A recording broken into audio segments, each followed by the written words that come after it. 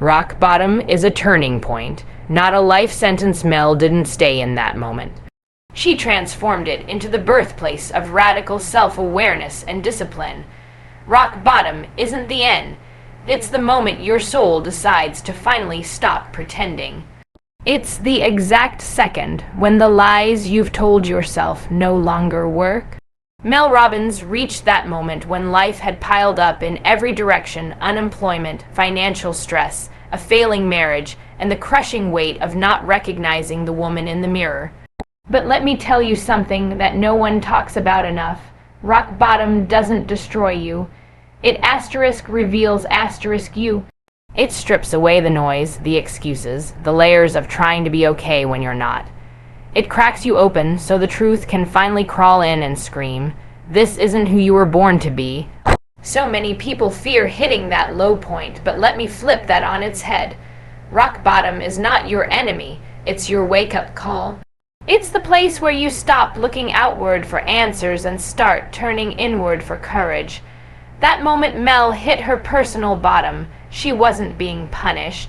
No, she was being invited to rebuild, to reimagine, to reclaim herself. And you, yes you when you find yourself staring at the ceiling, wondering how it all got so heavy, understand that this is not the end of your story. This is the page where your comeback begins. Mel didn't wait for a lifeline to be thrown. She didn't sit around hoping someone would fix her life for her. Because let's be honest, no one is coming to rescue you, and that's not depressing. That's liberating. The moment you realize that it's on you, that's when your power ignites. Rock bottom taught Mel that transformation isn't born in comfort. It's forged in the fire of absolute discomfort. You want to change your life? Then stop avoiding the pain, step into it, breathe through it. Let it carve you into something wiser, stronger, sharper. This is where Mel's real journey started. Not on a stage, not with a book deal, not with applause, but in the silence of her own rock bottom. In the shame, the doubt, the darkness, that's the birthplace of authenticity. That's where resilience is born. Because the only way out is through asterisk. And Mel didn't run from her bottom. She built a ladder out of it. One decision, one moment, one act of courage at a time, and you can too. Let me know if you want the same treatment for key point 2F, key point 3F, or even a full speech expansion, F. Small actions save big lives. Her breakthrough didn't start with massive change. It began with a 5-second decision to get out of bed. We think it's the big breakthroughs, the massive leaps, grand gestures that save lives, but they don't. It's the smallest actions, the ones that seem insignificant in the moment, the ones no one applauds, the ones you do when no one is watching. That's what saved Mel Robbins, and that's what's going to save you. She didn't reinvent herself overnight. She didn't suddenly become a powerhouse speaker or best-selling author. She made one small choice . She got out of bed, and that, my friend, was the miracle. You've got to understand what that means. When Mel was at her lowest, she wasn't paralyzed by laziness. She was drowning in shame. Shame for not being the mom she wanted to be. Shame for not being the partner she promised to be. Shame for wasting her potential. And every time that alarm rang in the morning, it wasn't just a sound. It was judgment. It was a reminder of the promises she kept breaking to herself. So when she tells you she launched her comeback with the simple act of getting out of bed, don't roll your eyes. Don't underestimate it. That moment was a revolution. That moment was a rebellion against her own despair. She saw a rocket ship launching on TV and decided to try anything, to break the inertia. 5-4-3-2-1, she counted. And then she moved, and the minute she moved, everything began to shift. Do you hear me? That's how close you are to change. 5 seconds, one action. That's the power you hold, even when it doesn't feel like it. You don't need a perfect plan. You don't need to feel ready. You don't need anyone to give you permission. You just need to start. Start with the tiniest promise you can keep, because that's where transformation begins.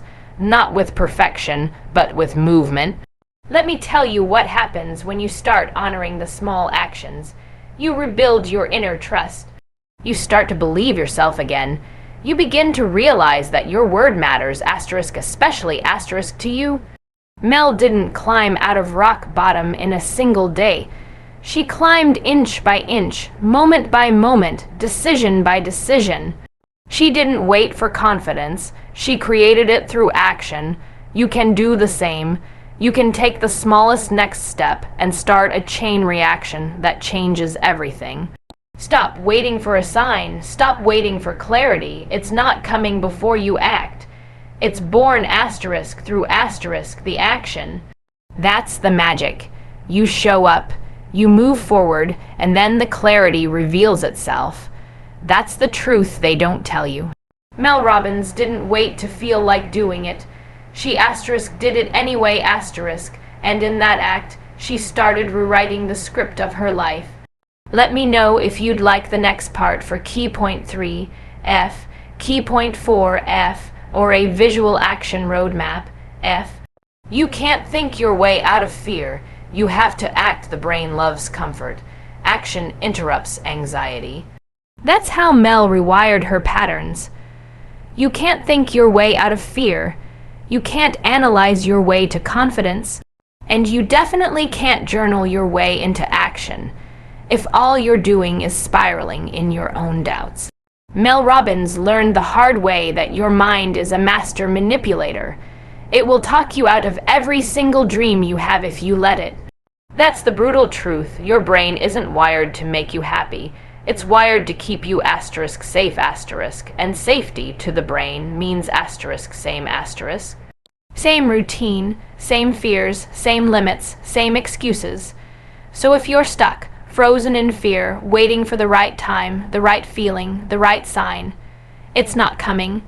You don't need a new thought. You need a new action. Mel realized that if she gave herself more than 5 seconds to think, she'd talk herself out of anything bold. Out of the phone call, out of the workout, out of the application, out of getting out of bed, because that's what fear does. It makes the smallest things feel impossible. So she created a tool that interrupted it. The 5-second rule wasn't some catchy gimmick. It was survival. It was strategy. Count backwards 5-4-3-2-1 and move before your mind has the chance to sabotage you. That tiny window of time is everything. It's the crack where courage lives. Let me be clear. Fear will never go away. It's part of being human, but what you can change is your response to it. You don't wait for fear to disappear. You move with it. You take it by the hand and say, I hear you, but we're doing this anyway. That's what Mel did. And that's what you must do if you're serious about breaking the cycle, because every time you hesitate, every time you pause and start thinking, what if I fail? What will they say? Am I good enough? You've already lost, not because you failed, but because you froze. Action is the antidote. Always, not motivation, not clarity, not confidence. Action. And that's the game Changer Mel brought to the table. You don't wait for the feeling to do the thing. You do the thing, and then the feeling follows. The courage, the belief, the pride. It all comes after you act. That's the shift you need. That's the muscle to build. Mel used this exact truth to go from a woman who couldn't face her life to a global speaker who helps millions do the same. And it didn't happen because she suddenly became fearless. It happened because she became brave enough to act before fear could shut her down. So when you feel the fear rise, when you hear the excuses rushing in, when the doubt starts to scream, interrupt it. Count it down, move your body, do the hard thing before your brain has a chance to pull you back into safety. Because your future doesn't live in your thoughts. It lives in your movement. Let me know if you want to continue with Key Point 4, F, Key Point 5, F, or see an action checklist, F, based on this principle. Discipline doesn't require motivation. It requires a system. The 5-second rule wasn't about inspiration. It was about interrupting negative autopilot. Discipline doesn't care how you feel. It doesn't wait for the stars to align or for motivation to strike like lightning. And that was the game-changing realization Mel Robbins had to accept when her life was falling apart. Motivation is a myth when you're in survival mode. You can't rely on your feelings when your feelings are drowning in fear, regret, and overwhelm. If you wait until you feel like it, you'll never do it. And Mel knew she couldn't afford to keep waiting. So she built a system, a simple, raw, no-excuse system that helped her bypass her feelings and take control. That's where the 5-second rule wasn't just a trick. It was a lifeline. Let me make it clear, when you're at your lowest, your mind will tell you everything to keep you stuck. I'll do it tomorrow. I'm too tired. It's not the right time. Lies, every single one, and the longer you entertain them, the deeper you sink. Mel said no more negotiating with the alarm clock, no more pushing off the hard conversations. No more sitting in silence, hoping life would magically change.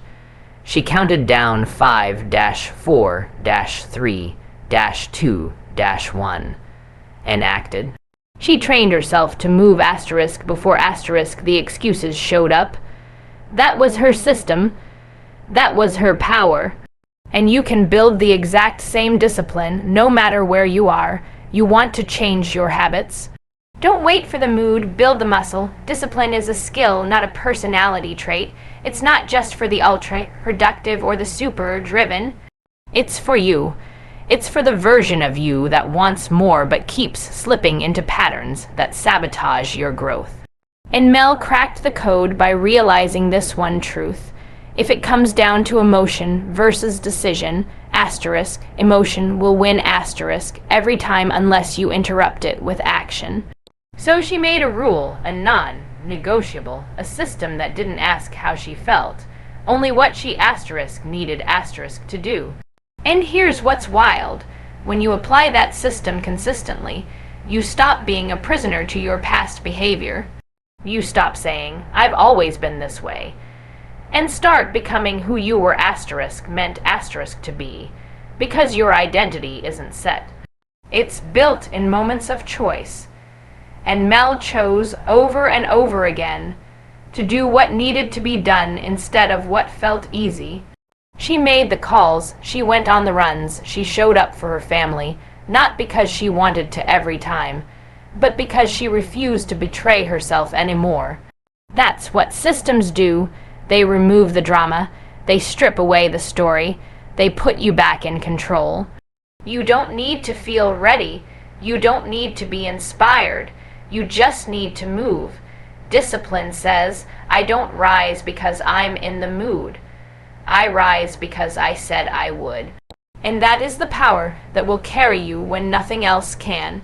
Let me know if you want to dive into Key Point 5, F, Key Point 6, F, or a daily discipline tracker template, F, to help build this into your own routine.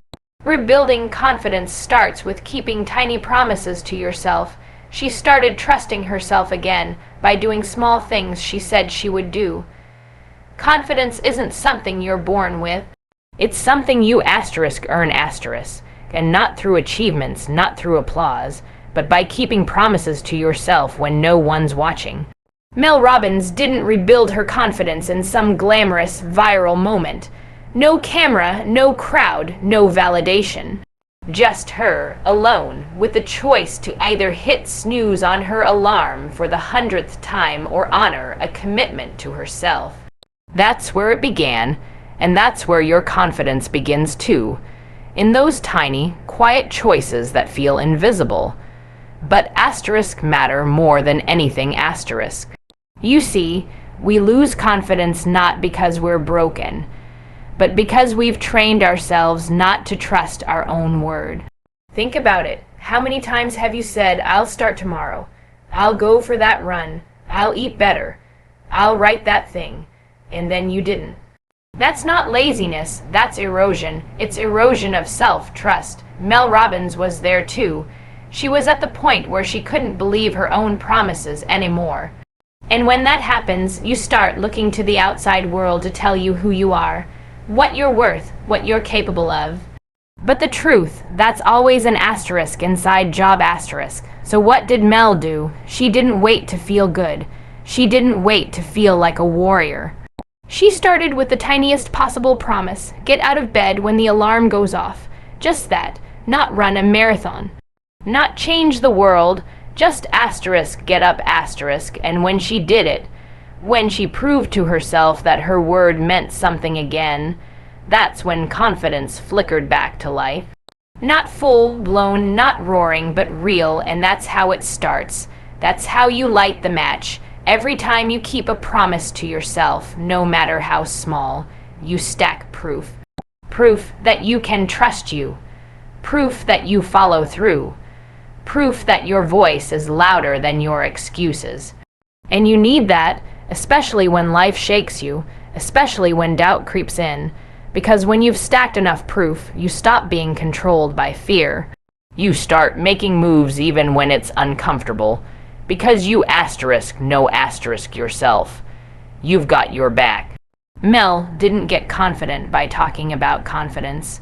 She asterisk acted asterisk her way into it. So if you want to rise, if you want to feel unshakable, stop chasing big goals and start honoring the tiniest ones. Drink the glass of water, make the phone call, say no to the thing that doesn't serve you. Wake up when you say you will. And don't do it for anyone else. Do it because that's how you rebuild the bridge back to your own integrity. You'll feel it the moment it happens, that subtle shift, that sense of, I said I would, and I did. That's the spark. That's the asterisk real asterisk power, not just confidence, but self-respect. And once you've got that, no one can take it from you. Let me know if you'd like to continue with Key Point 6F or want a daily self-trust building guide F based on this approach.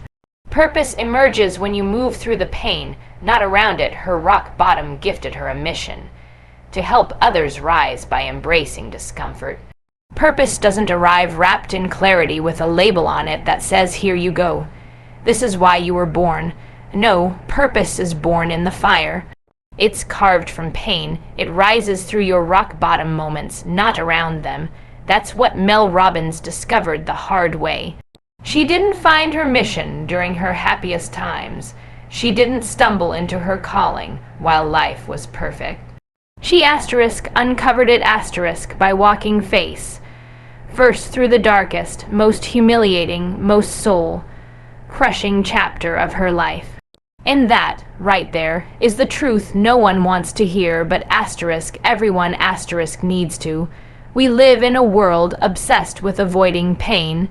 Distract, numb, scroll, drink, deny, but here's the truth. Pain is your portal, discomfort is your compass. If you run from it, you run from the very thing that could make you whole. Mel didn't avoid her rock bottom. She sat in it. She let it break her. She let it burn away every lie she'd built her identity on. And asterisk, then asterisk, she got up. Asterisk, then asterisk, she built something new, not polished, not perfect, but real. That's where purpose lives, not in pretending everything's okay, but in finally admitting it's not. You've got to look your pain in the face and say, you don't scare me anymore, because once you've been through the fire, you become fireproof. Mel's story proves it. She turned her lowest point into a system that now helps millions. She took her shame and made it a megaphone. She took her fear and made it fuel. That's not magic. That's not luck. That's what happens when you asterisk refuse asterisk to let pain be the period at the end of your sentence. You make it the comma. You keep going, and let's be clear. Purpose doesn't mean it all makes sense. It doesn't mean you never struggle again. It means your life has weight. It means your experiences, your setbacks, your breakdowns, they aren't wasted. They asterisk teach asterisk. They asterisk serve asterisk. They asterisk lift asterisk. Mel used her story to lift others, and you've got a story too.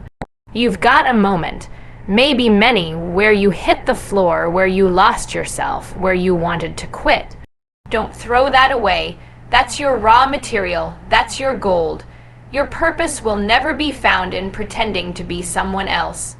It will always be found in showing up as asterisk, who you actually are asterisk, scars and all. Because someone out there needs your truth. They don't need your perfection. They need your humanity. And when you own that, when you stop hiding from your hard stuff and start speaking from it, you don't just find your purpose. You asterisk become asterisk it. That's what Mel did. That's what you can do. That's where your real power is, not beyond the pain. But asterisk through it asterisk. Let me know if you want a full summary version F, a printable worksheet on finding purpose F, or an inspirational script from this point F.